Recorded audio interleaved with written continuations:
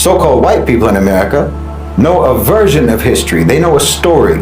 They know a narrative that has been carefully crafted to shape how they see themselves, how they see their ancestors, how they see their nations and their place in the world, and how they see everyone else. And this ignorance, this deliberate miseducation that they have imposed upon their own people allows the same crimes to continue. What most white people in America and Europe believe about their history is not history at all. It's mythology, designed to produce a specific kind of person. A person who does not feel guilty, a person who does not feel accountable, a person who does not feel responsible for ever changing anything because they don't think they're doing anything wrong. They're taught that their ancestors were pioneers, their ancestors were explorers and builders of civilization, that they've brought progress and democracy and enlightenment to the world. They hear about the Renaissance, they hear about the Industrial Revolution, they hear about the Age of Discovery, and so forth and so on.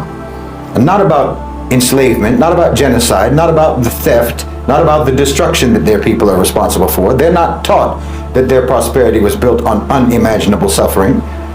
They're not taught that their systems of government, their financial empires, their very sense of national identity are all rooted in exploitation. They don't know about the crimes. They don't know the real legacy of their people. And so they don't change. They don't have to change because they don't even realize what they need to correct. You know, when we look at colonialism, for example, the history that's taught in Western schools is usually an abstraction. Colonization is framed as something that it just sort of happened a long time ago, you know, something that was maybe unfortunate, but it was inevitable, and ultimately it represented progress, and there were many beneficial things to come from it.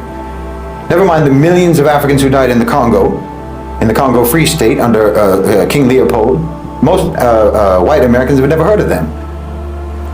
Never mind the Bengal famine of 1943 when millions of Indians starved to death due to British policies. They don't even know about it.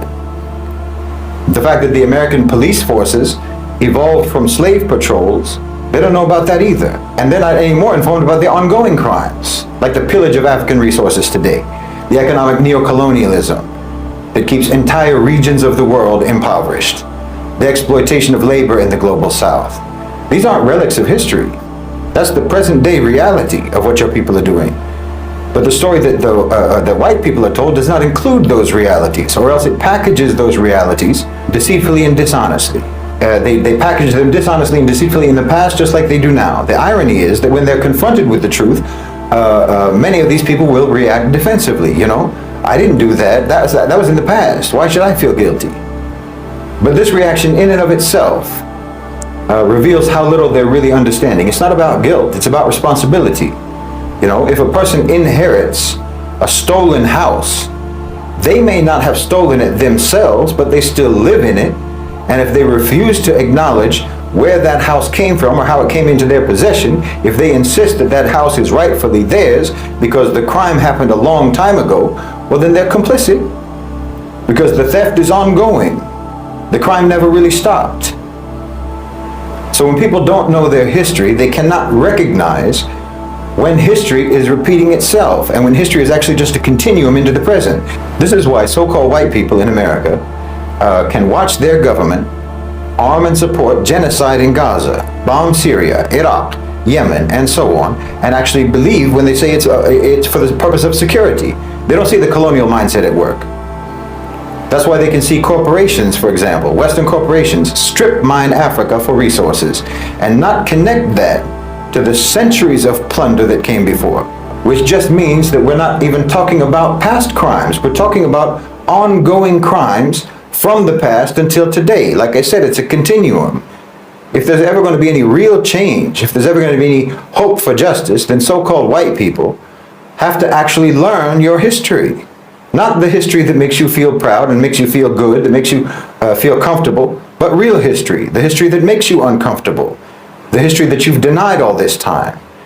And only when white people know their real history, really know it, then maybe they can begin to take the first steps towards repairing the damage that that history caused. The damage that it caused to millions upon millions of people all around the world, including themselves.